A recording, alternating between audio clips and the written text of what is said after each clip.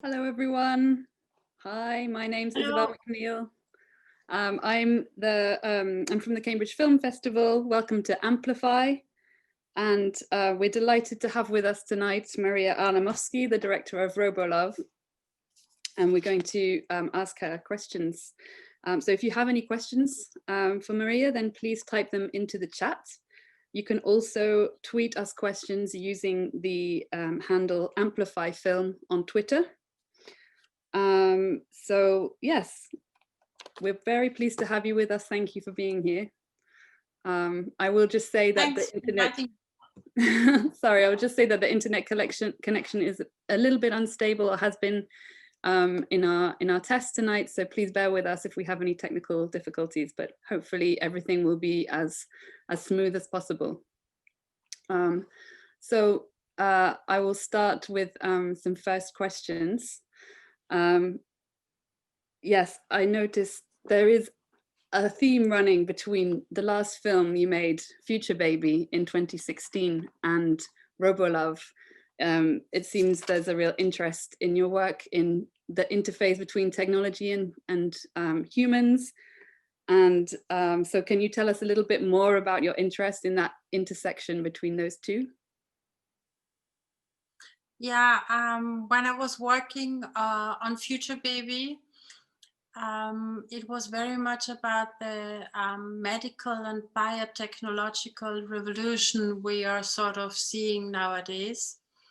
And it was going very deep into all those ideas about transhumanistic ideas that are surfacing here and there. And I was wondering if we try to with the means of medical and biotechnological help, we are trying to make the perfect baby in a way. What the other direction would be when we are looking out for the perfect female, sort of. And then at that time, it was a very big hype about Android robots, and there are several prototypes around, like Sophia or the ones you see in Robolove. And I thought it's very interesting to see how the female wants to be made, sort of how people want to build the perfect female, and that's also what I think is as a female documentary director, I also think it's sort of important to go into directions where not everybody is going to, since it's very technological, and that there's not very many women around on those spots. So I thought that was an interesting entry point.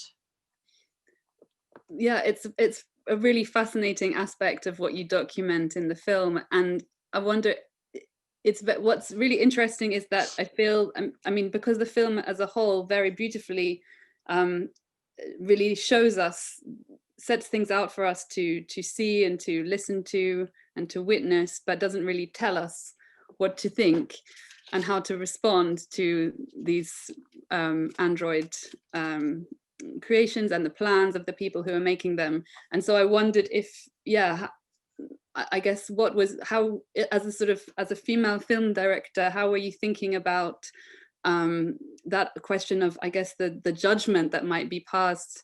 You do show us some people who talk about the problems with the sort of the bias towards a certain racial and gendered form in the making of robots. But at the same time, there are also other possibilities that emerge from those, which are perhaps more positive and hopeful. Yeah, can you say a bit about how you managed to tread that line between showing us the problems and then highlighting the new potential? Yeah, so with the work I'm doing, I always feel like it's important to make a step back and to look at those things that are unfolding while shooting. I personally don't like documentary films that tell me what I should think, or what kind of angle, narrow angle I should take. So I think it's more important to take this the step back and give more room to the audience to decide for themselves what they want to focus on, sort of. And if you go and shoot a scene with people working on a prototype of an android or whatever, also if I talk to sex workers, it's like I want to give them the open space for them to explain what they are doing in a way, because in the end I think you have to go with your own gut feeling, how you read the scene and what you want to take out of it, sort of.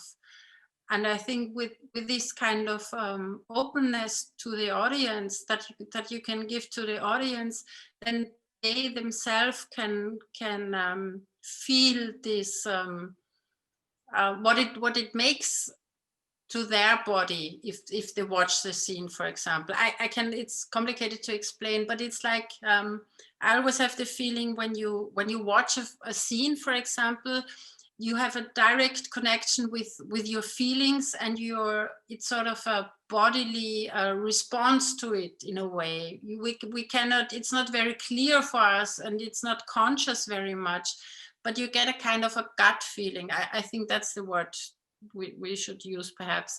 And this is interesting for me to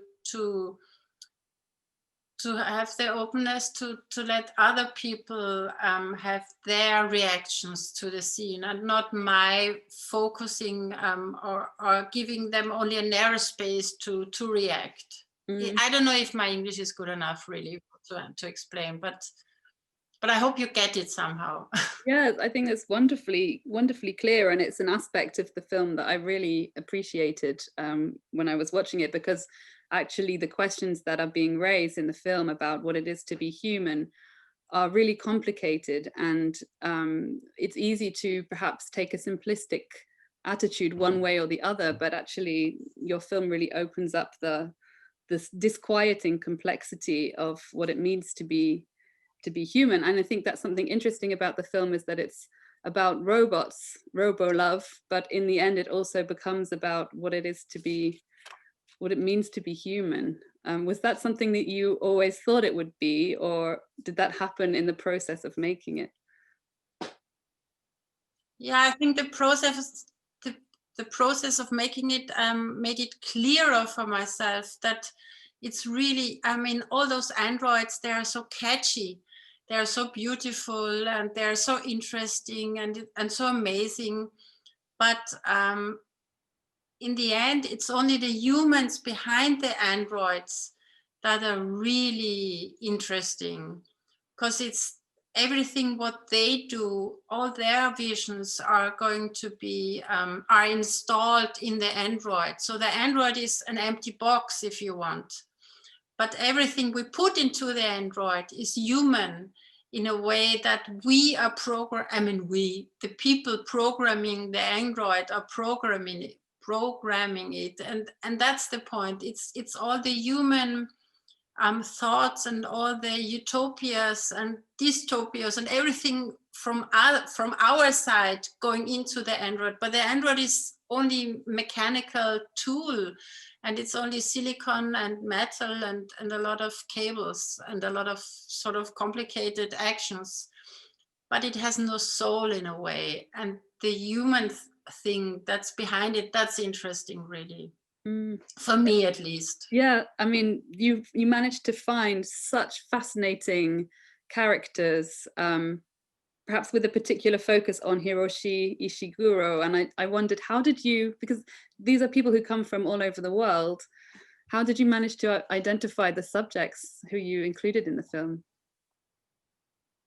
Yeah, I mean, there are not so many people out there that really are really working on high qualified androids. So it was not so complicated to find them, but in the end it was very complicated to get them to let us film with them.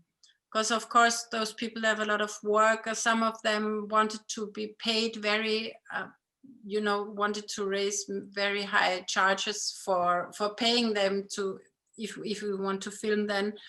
And Hiroshi Ishiguro I met at a science film festival because I was there with Future Baby and he was there, I don't know why.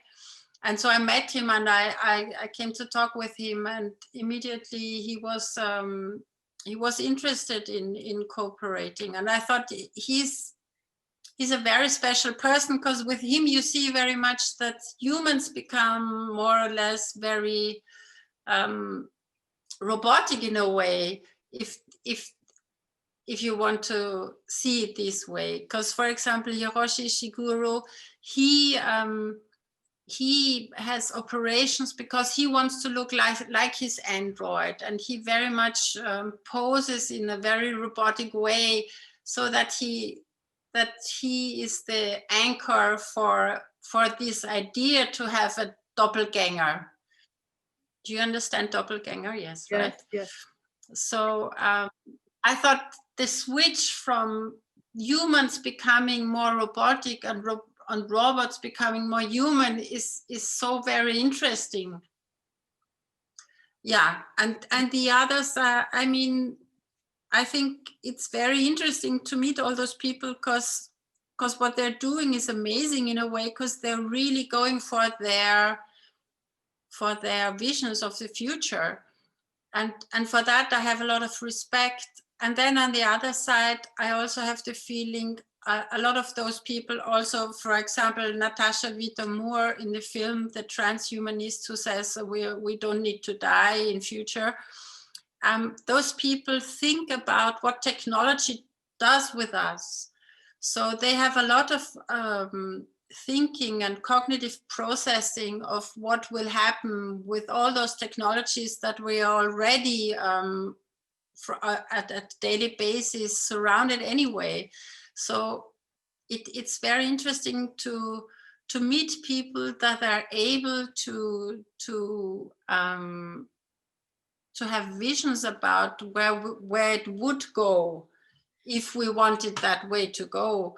But I think for a normal audience and for sort of a civil society, and so it's very important to understand that those are possibilities where in future we could go, but it's our turn to say, hey, listen, do I want this or don't I want this? And how do I react?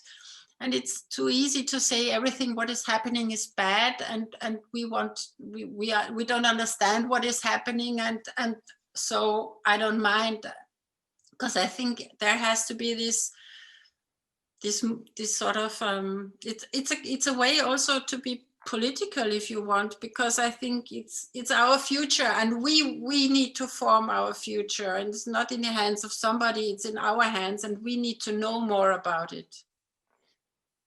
Yeah, I think the film is wonderful at long answer that exactly that kind of debate, because I think one of the things it made me feel was just how much of this is already happening, is already a part of our daily lives, like the comparisons to Alexa and Google, these are already things yes. that are happening.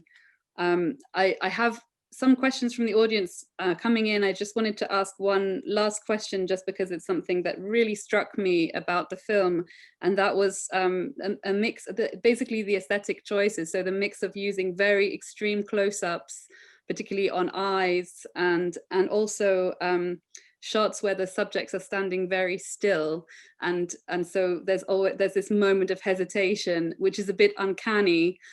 Because sometimes we're not entirely sure what is it we're looking at. Are we looking at a human, or are we looking at a robot, an android? And I wondered, if you could say a little bit about how you went about making those aesthetic decisions for the film. Yeah, well, I thought the most interesting part is the human body and how we move and what our body can do, sort of. And how complicated it is to make robots or androids move like us. And every movement we are not conscious about, like a little smile or a micro movement in the face, is so important to show what we are thinking, what we are, how our body language is expressing. So I thought it would be very nice to be very close to those bodies and see the difference and see and try to be very precise on while looking at them. So this is why we choose to be very very near to those surfaces, sort of. And the difference be blurring in a way.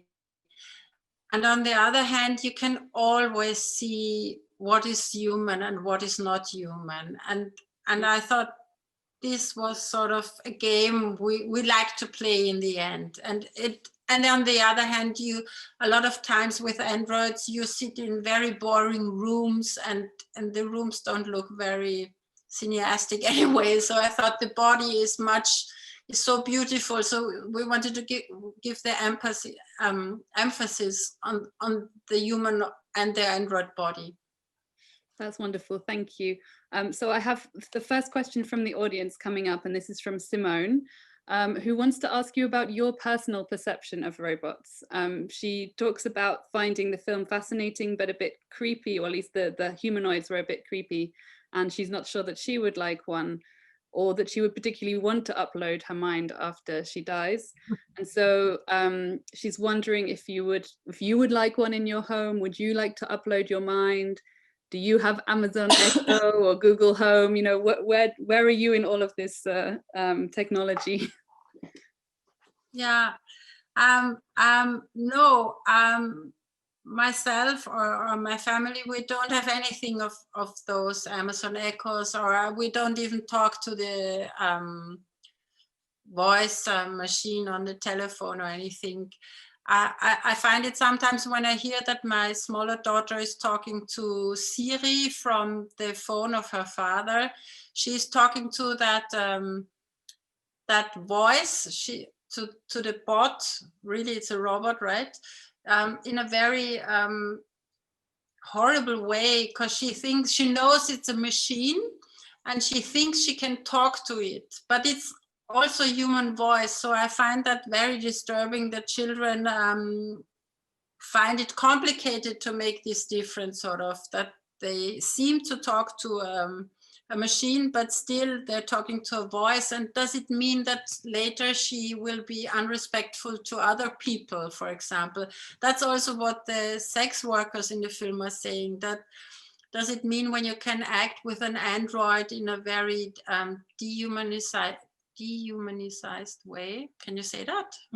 Dehumanizing? If you are very unpolite, yeah, will this also be with other people? And this is a question that Kant was discussing years ago, because Kant said, if you behave very badly to an animal, what does it mean? How do you behave to people, sort of? What does it make with us when we behave in a very bad way to technology that looks human? What does this mean later if we talk to humans? Will we behave very unpolitely to them also? Because everything becomes an object in the end, if we go in that direction. And no, also for the uploading, I think after making this film, I'm so happy that I'm living now and not in like 50 years, because I really want to die.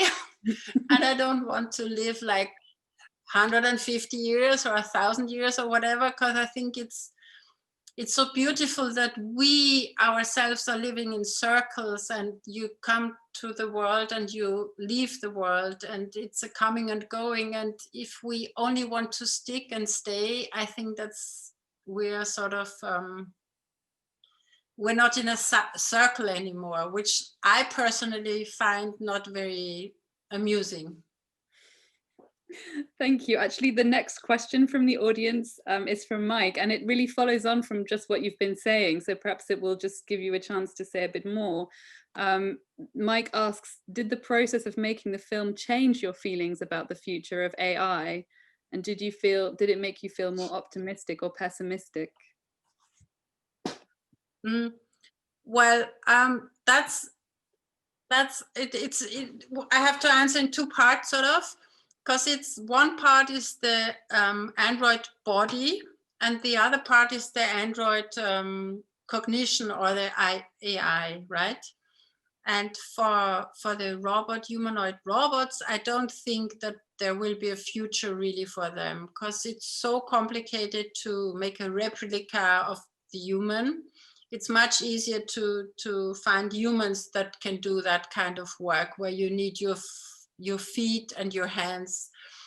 I think we will see, I'm sure we will see a lot of robots in future, but they will not look human. It's like when you go to a sex shop nowadays, the how do you say it in English? Dildo?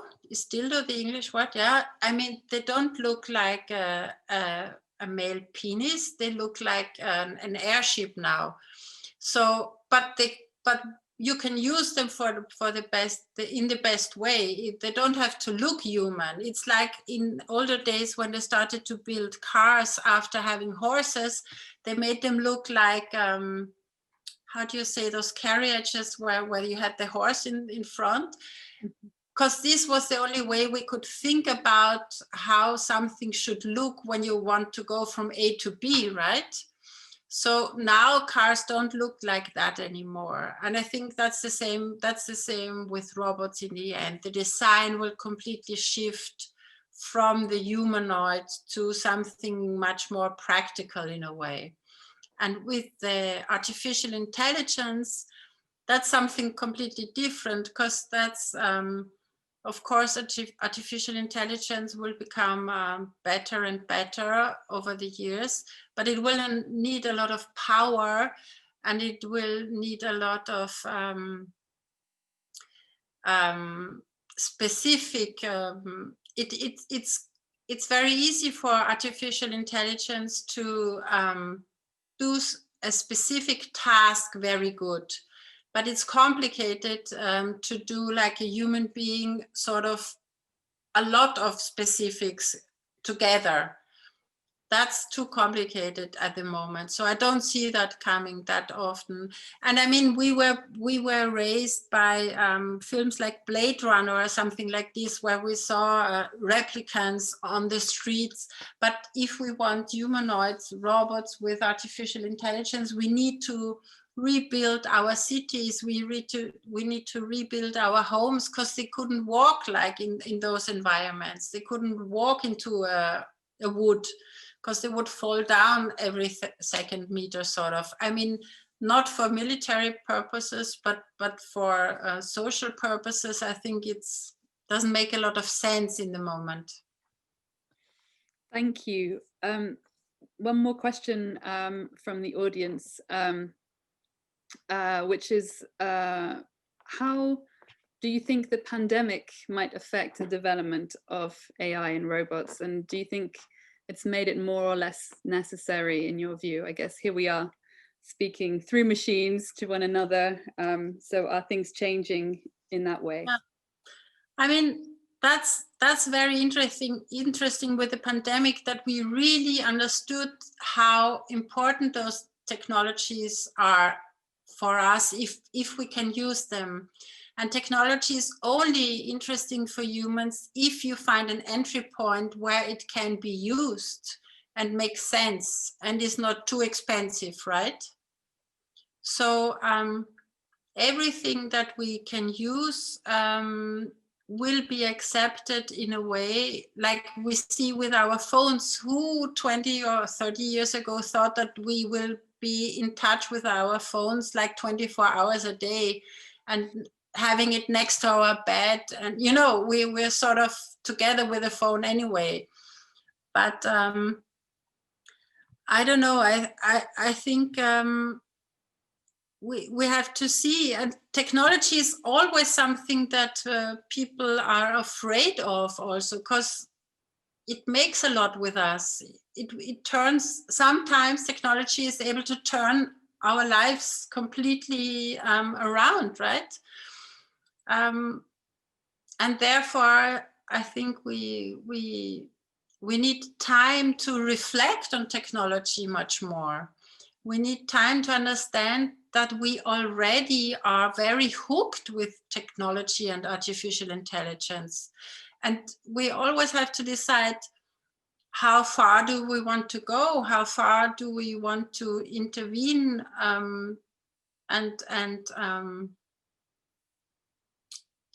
What is, I'm sorry, what is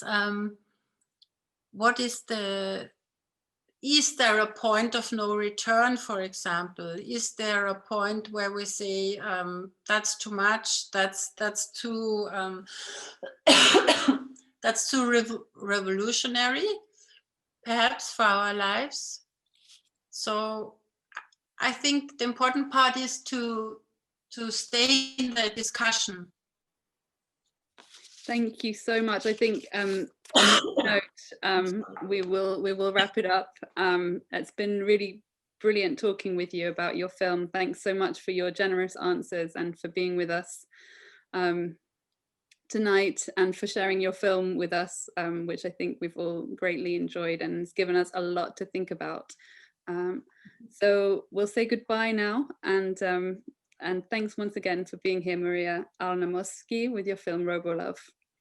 Bye for now. Thank you.